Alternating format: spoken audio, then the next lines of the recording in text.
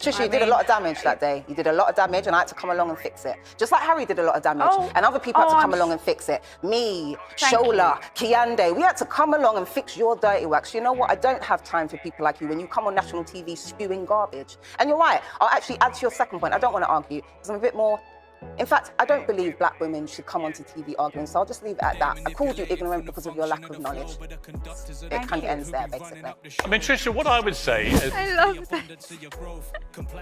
I love how she's just like putting her in her place, like telling her, you're not listening to the facts, you don't have enough knowledge, you are ignorant, I don't care about your skin colour. Done. Hello everybody, welcome back to my channel. I'm Nazra and Veronica, and today I'm back with another reaction video where I'll be reacting to a Talk TV series of clips, and it's called She's Insufferable. Piers Morgan slams Meghan Markle, featuring Jordan Peterson and Andrew Tate. So let's take a look. What was it I said about Meghan Markle? I am. Would you let me talk? Ever that's been racist? Are you going to let me talk, or are you just going to overtalk me? Just answer the question. Stop answering different questions.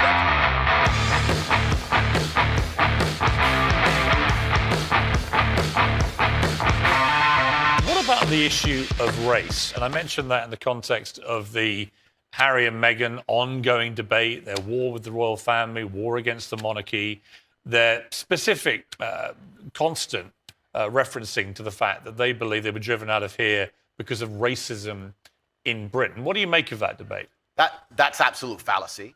And you're from a mixed race background yourself. Correct. I'm from a mixed race background myself, and while we're discussing the leaders of the UK, although I do think they're doing a terrible job, it's kind of hard for Meghan to say that the UK is a racist country when the leader of the UK is darker skinned than her and the mayor of London is darker skinned than her, and I am a person who's probably darker skinned than her, and I've never experienced any kind of bigotry against myself besides the fact I'm a straight male. I'll get bigotry for that before I'll get bigotry for my skin color.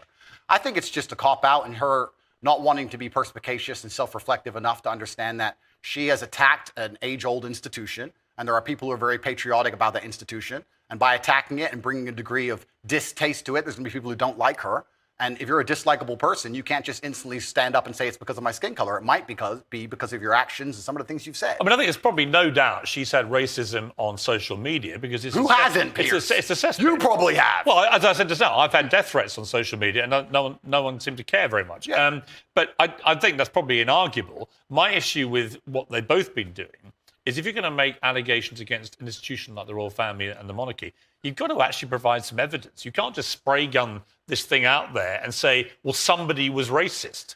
Yeah, and airing dirty laundry is never going to be respected by the populace, and being a tattletale is never going to be respected by the populace. And I think the problem with the modern world we're living in is a lot of age-old traditions are being destroyed in real time. It doesn't matter what the tradition is. Most of them are being eroded. And something like the British royal family, which has been around for a very long time, is an age-old tradition. One of the things holding the UK together, one of the last things we have, to sit and detriment it and to sit and insult it and to give away secrets from inside of it and try and paint a negative image of it is going to upset a lot of people. And you have to be prepared for that backlash. You can't say I've done things that upset people, but it's nothing to do with what I've done. It's purely because of my skin color. Also, it's kind of ironic that she's doing that because she's not particularly dark skinned. It's kind of funny to sit her. I mean, look, watch her sit and say, yeah, race. I think the truth is, I don't know what. Look, you can say that. I can't. The reality of it is, I just don't know what the specifics of the racism she says she's had because we've not seen any evidence. The universe is a funny place, Piers. If you're looking for something, you're going to find it, right? When I got canceled, when they attacked me unfairly, lied about me across the entire mainstream media, deleted me from social media so I couldn't defend myself, and lied about me repeatedly, I could have stood up and said, it's because I'm brown. I didn't do that. I sat and said, okay, there's people who misunderstand my message. My message is a positive one. People misunderstand me. Let me self-reflect and understand that, yes, perhaps this said a long time ago was said in the wrong way. Perhaps this was misunderstood. Perhaps people don't understand this. I could have just copped out and could have just been refusing to self-reflect on any level and said, it's because I'm brown, that's why they did it. But that's not the mature way to be as an... If he did that, he would literally be able to get away with everything he's saying, because when you, in this day and age, when you use your skin colour or any other protected characteristic about yourself and you use that to your advantage, you can get away with anything. And people are too scared to come at you about anything that you do because they don't want to offend you or offend other people. So if he did do that, could be actually quite a clever move to use their own tactics against them. Just saying. Adult. I want to turn to somebody else who may well have presidential ambitions and has been the subject of a lot of negativity. Meghan Markle, Prince Harry's wife, who does this podcast, Archewell podcast, I think, or Archetypes it's called, in which she seems to perennially play the victim, the female victim of all outrages. And your name got dragged into this. Let's take a listen to what she said. Raise your hand if you've ever been called crazy or hysterical. Or what about nuts, insane, out of your mind, completely irrational? I don't think that men can control crazy women. The use of these labels has been drilled into us from movies and TV, from friends and family, and even from random strangers. And the fact is, no one wants this label. What did you make of that, Jordan, to be suddenly appearing on Meghan Markle's podcast as a villain? The first thing I make calling of women crazy is that the first thing I make of it is that her voice drips with the same falsehood that the voice of Kamala Harris drips with. It's this sanctimonious, faux compassionate, talking down to her audience and trying to be sure that we're all really on the same compassionate page here, and we're all being victimized by terrible forces that are arrayed against us, and none of that's really fair. And it just grates on me. And I do believe you played a bit of a clip from me when I was talking to Paglia, Camille Paglia, the literary critic. And I do believe that it is the case that it's very difficult to control female antisocial behavior, often of the type that's been pilloried as hysterical. And I think that there is no shortage of clinical evidence to support precisely that claim. It's very difficult for women to control female antisocial behavior, and females who are antisocial, that feminine pattern is reputation savaging under the guise of compassionate care. And it's extraordinarily destructive. And so I stand by my words. Absolutely. And I do think it scales online, because you can use an anonymous reputation savaging to unbelievably great effect online with absolutely no punishment for your sins, so to speak. And that is certainly one of the things that's contributing to so-called cancel culture. And there's no shortage of that coming from the female side. Now, men can engage in exactly the same strategies, and they do so online, and that's enabled. But it's definitely, see, with men, and I've said this before, and I do believe this to be the case, the ever-present threat of the potential for physical violence keeps men from doing that to each other most of the time in person. And that all disappears online, and that means that those who are prone to do such things, to use corrosive and denigrating derision, for example, and reputation savaging, can have a free hand at it. And that includes no shortage of women, and women are often, very, very often, the targets of that behavior from their own fellows, so to speak. Ernest, thank you very much indeed for joining me. And now, I don't know much about you, other than you wrote a piece last week for Rolling Stone magazine saying cancel culture is good for democracy. So I'm going to come to that ludicrous premise in a minute. But I also remember you tweeting when I left Good Morning Britain, a series of tweets calling me a racist, including enjoying how folks keep getting Piers Morgan together for his racist tirades against Meghan Markle on Good Morning Britain. I was just curious, could you remember a single racist thing that I said about her, or have ever said about her? Go on. Well, thank you for having me on, Piers. I was surprised when I found out I would be on your show. We're an uncensored show, Ernest. We take all types on here. Well, all types. Well, there you go. But you can tell he just wants to say, what do you mean by all types? Are you being racist again? Like, everything in his head leads to racism, it seems. I think really a lot of it just seemed to be biased. I think that you was really just harsh on the Duchess of Sussex, and I think there was a little bit. The Duchess of Sussex. Also, being biased does not equate to being racist. So if you're going to say someone's racist and that person asks you, how have I been racist? Please explain to me how and show me evidence as to what I said that is racist. You can't just answer with, oh, I think you've been biased. That is not racism. Sorry, but you've really outdone yourself in your own stupidity. A bias in the way that you had really gone after her. Yeah, but Ernest, to be clear, Also, sorry, it's very ironic that his name is Ernest because he is anything but earnest. So very, very badly named. I didn't ask you about that. I just said, what were the racist tirades? What racist thing have I ever said about Meghan Markle? I'm curious. You tweeted quite a few times that I was a racist. I'm just curious, what was the racism? I said your remarks. I said your remarks was racist. I didn't say verbatim. What were the remarks that you were were racist?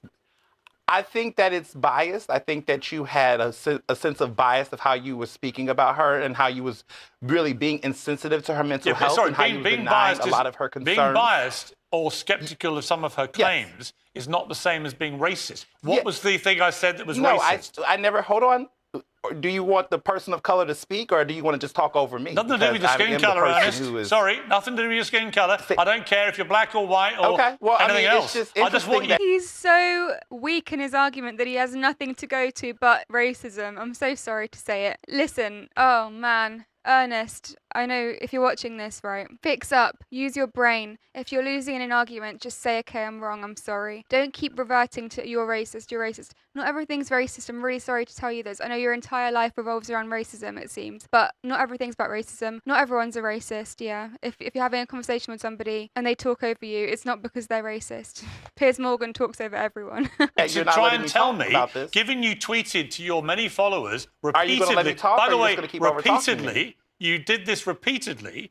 You have called me a racist repeatedly for racist things I've said about Meghan Markle. I said you made racist remarks. I did not call you a racist. To stand by what you tweeted. What was it I said about Meghan Markle? I am. Would you let me talk? Ever that's been racist? You have recently chosen, lately in your career, for whatever reason, you went the road of basically baiting into a lot of the biased coverage of Meghan Markle. Absolutely. And a lot of it has been this is the racist problem, attacks. A lot of it Ernest. has been targeted towards her in a biased way. And come on, can you admit that the coverage around Meghan Markle has been racially biased? Can you admit that? Absolutely not. Not talking about your work. No, I think but it's in general. I think it's another load of absolute hogwash.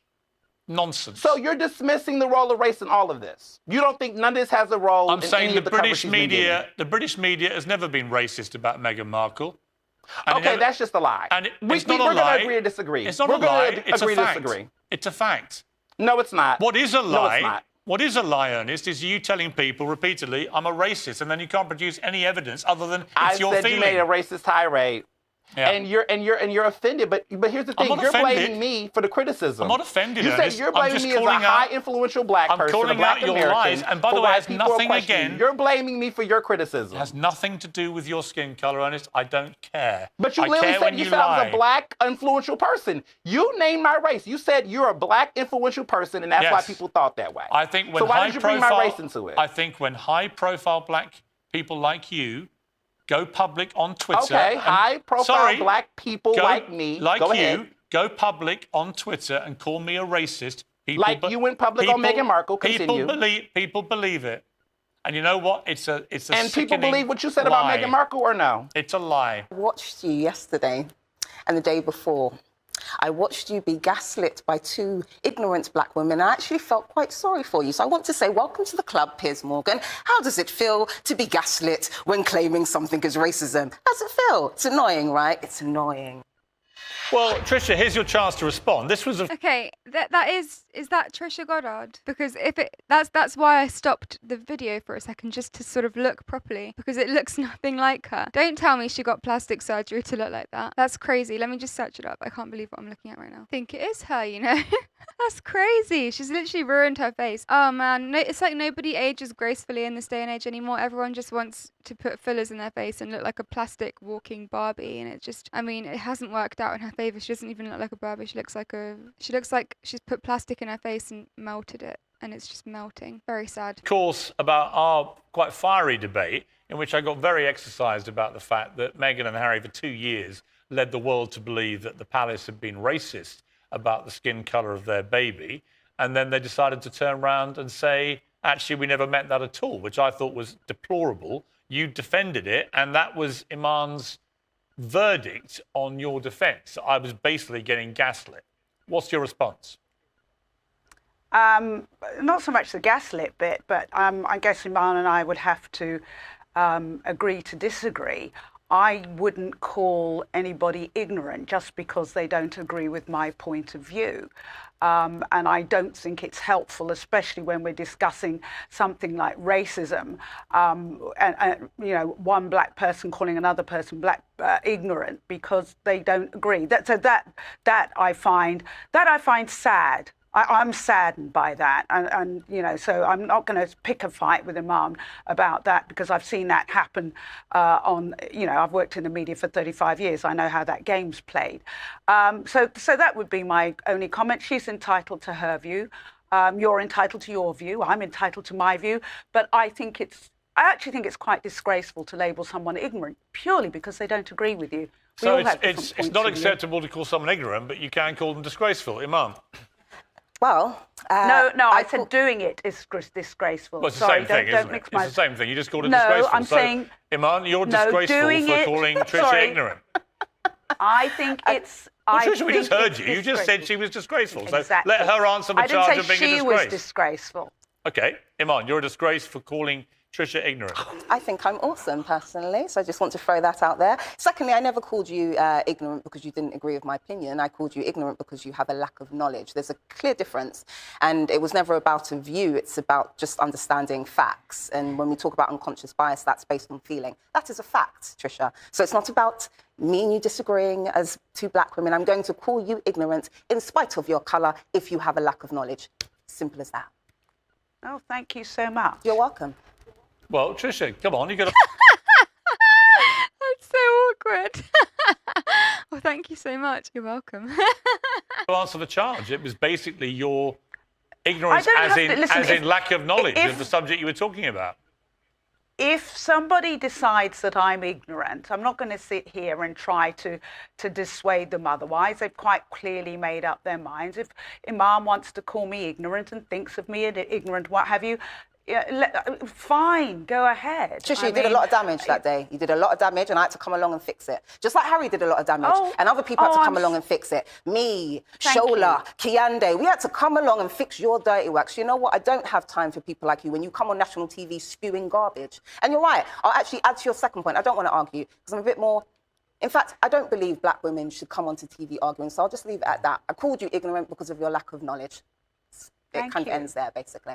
I mean, Trisha, what I would say is... I love this.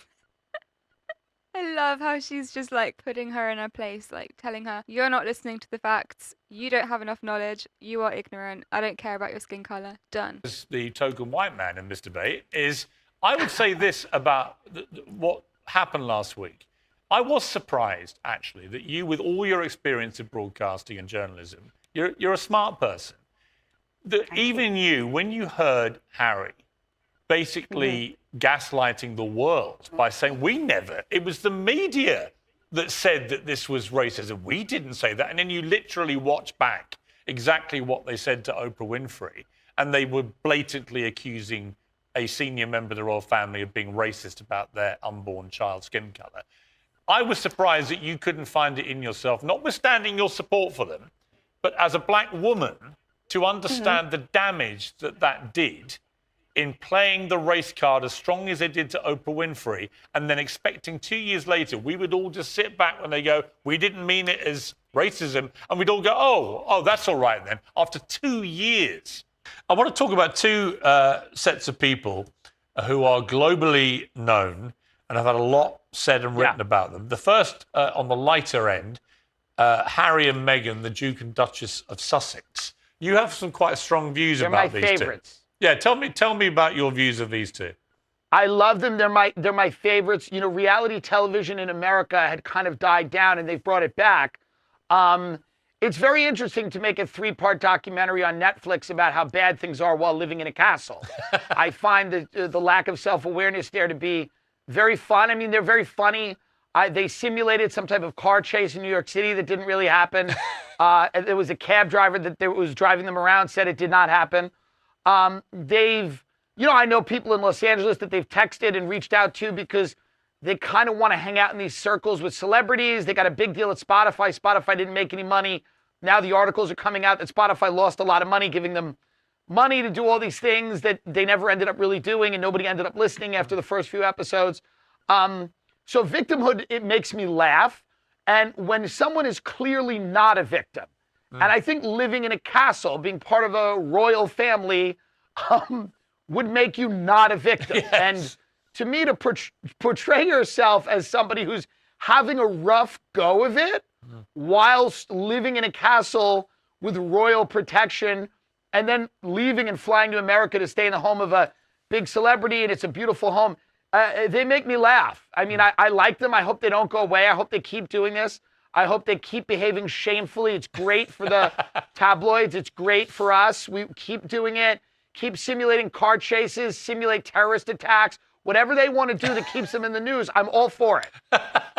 Harry and Meghan, currently the Duke and Duchess of Sussex, famously gushed about their love of chickens in one of the more saccharine moments of their Oprah Winfrey sobfest. Well, the chickens are now coming home to roost for these two. The royal family kept a stoic silence as the poison darts rained down from their Californian pedestal. But King Charles is quietly and devastatingly taking charge now.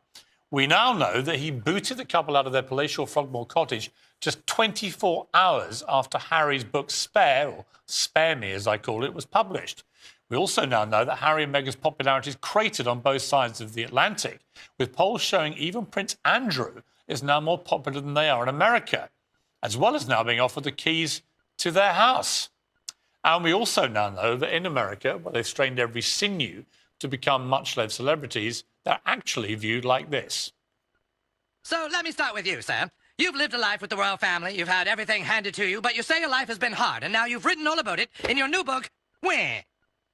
Yes, that's right, friend. You see, my wife and I are totally like, you should write a book because your family like stupid and then so are like journalists. There's now a clear divide in the royal family, the workers and the shirkers, the heavy lifters and the grifters. The Prince and Princess of Wales saluted Welsh Guards yesterday at St David's Day Parade. Camilla, the Queen Consort, recovering from a recent bout of COVID, was promoting children's literature. King Charles is preparing to make state visits to Germany and France in his first royal tour as monarch. At this point, I really do believe that these people are being paid to keep this fear campaign of COVID, if you know what I mean, going. Constantly saying, oh, I tested positive for COVID. I'm so ill.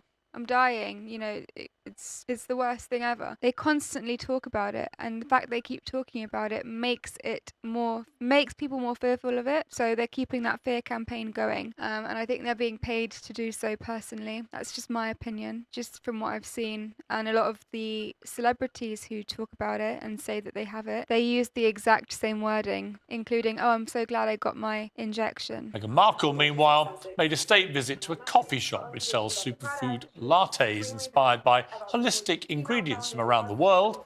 And Prince Harry had another outing on US late-night television, the leftovers of a previous interview taped on his self-pity tour. Harry, what is the best sandwich?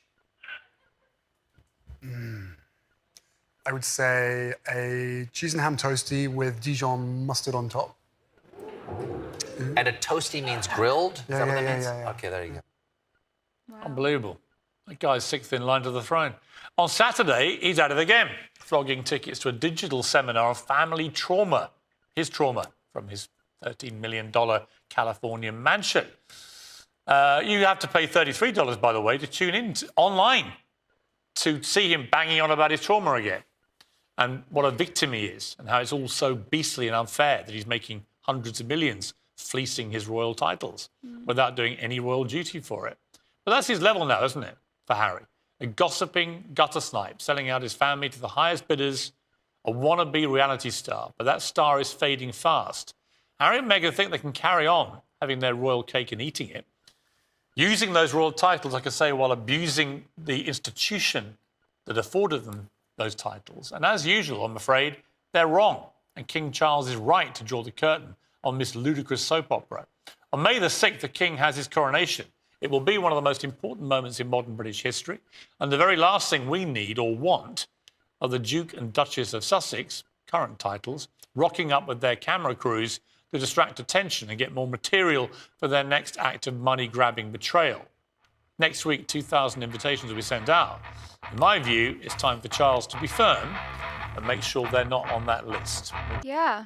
I personally cannot stand the royal family. I believe that they are evil. I have looked into a few of the evil things that people are coming out and saying they do. Loads of whistleblowers who speak about the kinds of things they do. I mean, Prince Andrew is a perfect example of it, if you know what I mean. And yeah, he's not the only one. And they also covered up for him, so they kind of hid what he was doing. They were fully aware. I personally can't stand them, so I don't really side with people usually who are speaking up for them. But I can see where Piers is coming from. I don't like his way of arguing. I don't like the way he talks over people, but, you know, I guess I could see his points in this. I personally don't care about this topic, to be honest. I don't really care. I don't really care about the royal family, as I just said, for the reasons I just gave. So, yeah. But I can see where he was coming from.